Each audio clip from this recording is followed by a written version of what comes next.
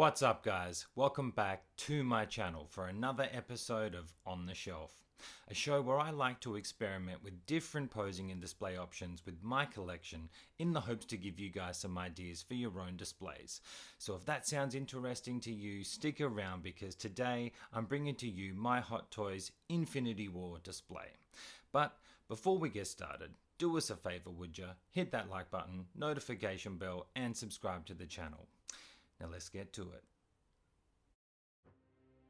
Okay guys, contained to one shelf, my current Infinity War display. This is actually the first shelf in a two-part display with my endgame shelf being right next to it in the module case. Look out for that as the endgame shelf will be my next video after this one. To give some context, I generally collect my favourite characters opposed to lines. However, for the films Infinity War and Endgame, I had to make an exception and dedicate some space to display some of the key players from the films. For me, this also gave me the ability to collect some characters I may not have otherwise picked up due to fitting in within the theme of my collection. Infinity War is still one of my favourite Marvel films and continues to be one I always enjoy rewatching. This is one of those films that literally had Lani and I on the edge of our seats when we first watched it in the cinemas. It was truly one of the best cinema going experiences we have ever had. Marvel managed to give us a villain deserving of respect and fear, and that combined with the surprise ending had us all shook, walking out of the cinema like we really have to wait a damn year to see what happens next. That was absolute torture. So for this display, I wanted to have Thanos standing strong in the middle, victorious with the Avengers surrounding and complimenting him, much like a movie poster. Now let's zoom in and take a closer look at why I have each character and why I have them in the pose that I do for this display. Kicking it off with the master of the mystic arts, Mr. Dr. Stephen Strange. This is the Infinity War version of this figure with the third-party multiple arms accessory attached. For this pose, I had an idea to try and have him hold all of the accessories he comes with using these extra arms, and I did that because I wanted to see him using all of the tools he did in his fight against Thanos, which was actually a really epic fight between the two on Titan. I was pleasantly surprised by Doctor Strange in Infinity War.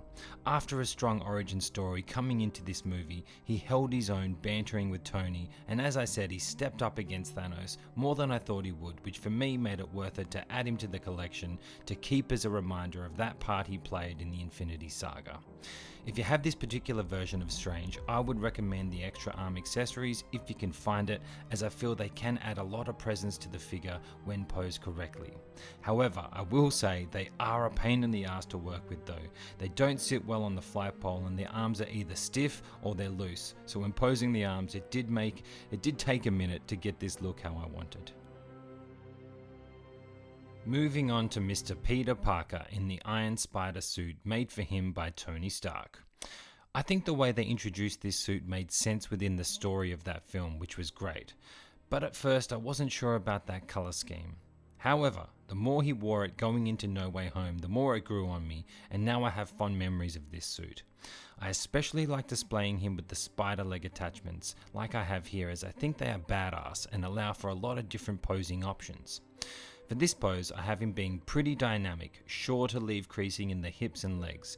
So if you do decide to attempt something like this, do be aware if you leave him long term like this, that will most likely be a side effect. For me, I'm okay with it, as this pose will most likely be how he stays for quite some time in my collection. As I have all the Tom Holland suits, I'm currently toying with creating forever poses, trying to achieve classic Spider-Man looks that I can leave on the shelf. Oh, and to assist with the angle here on this one, I have him balancing on a steel beam accessory that came with the original Iron Man Mark 46 base. I think it works nicely with him. Taking a look at my other Peter on the shelf, Peter Quill, aka StarLord. This is the Infinity War version of this character. I really like StarLord, even more so after Guardians 3, but he failed big time in Infinity War. First when he made the choice to shoot Gamora as she asked of him, only to see Thanos take her away. Then when he let his emotions get the best of him when confronted with the news of Gamora's passing in the Titan fight.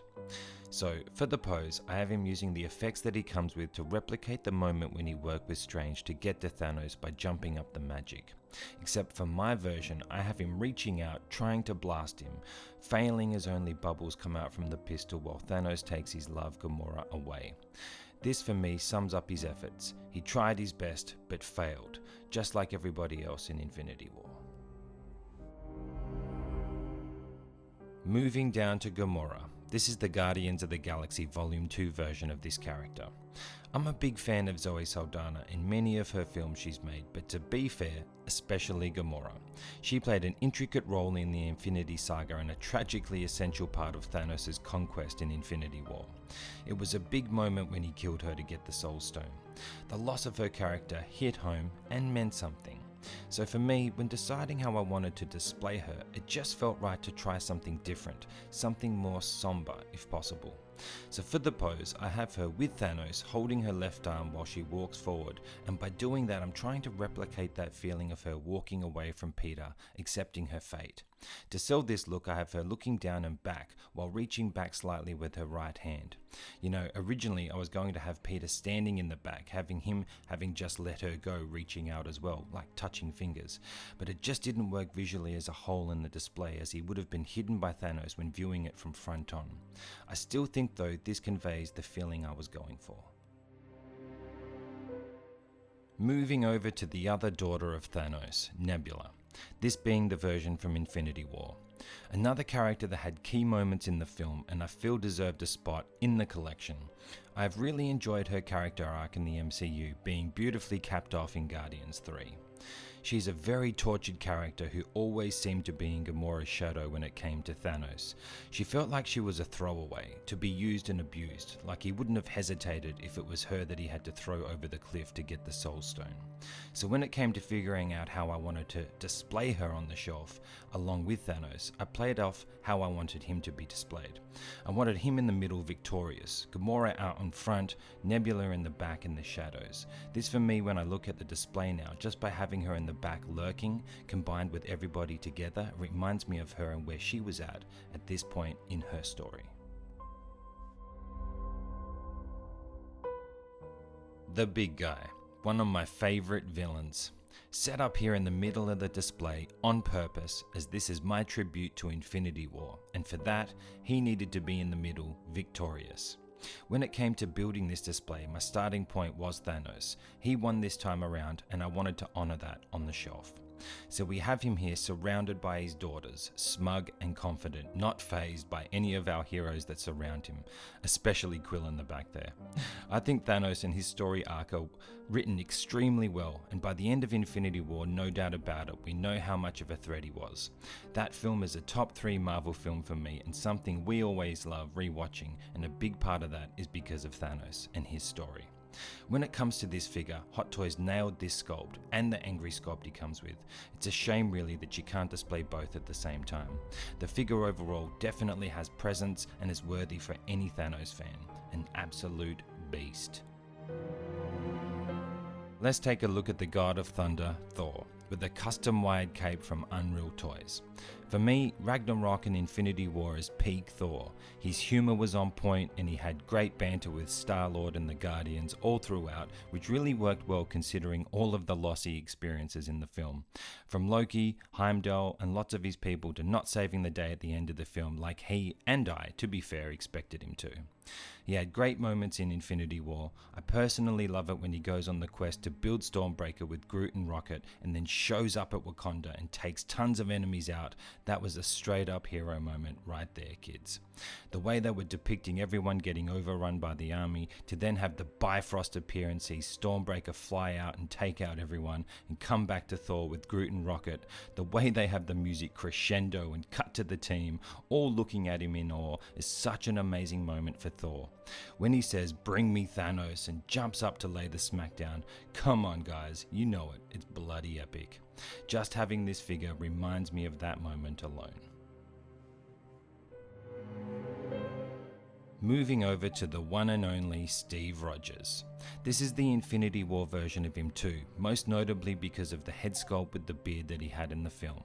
Now, I've talked about this pose before on the channel, just recently in my Captain America on the Shelf episode. If you haven't seen it, go check it out, as I've had him in this pose for quite some time now, and I most likely don't see myself changing it anytime soon. For me, whilst he had great moments in the film, whether it be kicking ass on the battlefield or battling Thanos, this moment for me and Lani is our number one. The way he enters the film along with the music they play to intro him, that's another hero moment right there. I was originally going to change the pose for him, and I did take him back to a museum pose in preparation to change it, but I realized this is how I still want to see this version of Cap, so I reposed him back to this look. This time, I think a bit better than I had him before. Last, but definitely not least, my guy, Tony Stark, in his first nanotech suit, the Mark 50. A sleek, elegant design, very different from what we had seen before. I love this suit and the part it played in the Infinity War. Now, because of the possibilities nanotech unlocked, we get to see the magic of Tony's imagination and tech combine more than ever, making this the most firepower we get to see from an Iron Man suit from the start of the film all the way to his fight against Thanos.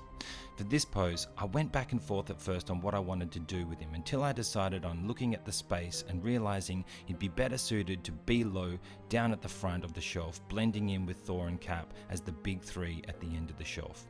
This figure has great mobility and can get very dynamic, so it made sense to have him in a ground pound type pose, and considering as I already had Iron Spider low leaning on an object at the front on the other side, I thought I should mirror that with Iron Man, which led to me finally finding a way to display this destroyed Infinity War gauntlet that came with the endgame stealth suit Captain America, to signify the loss from the whole team to the Mad Titan Thanos. And that's it, guys and girls, my Infinity War display. I hope you've enjoyed this episode of On the Shelf and maybe got some inspiration for your own displays. I thank you all for tuning in, and if you haven't already done so, do us a favor, would you? Hit that like button, notification bell, and subscribe to the channel. Memberships are also available now, so if you'd like to support me, take a look and see if you'd like to join the Iron Legion. Lastly, we got reviews and unboxings, story theme posing showcases, display tips and tricks, plus live streams including the rundown where we deep dive into film and TV. But for now, guys, until next time, I'm out.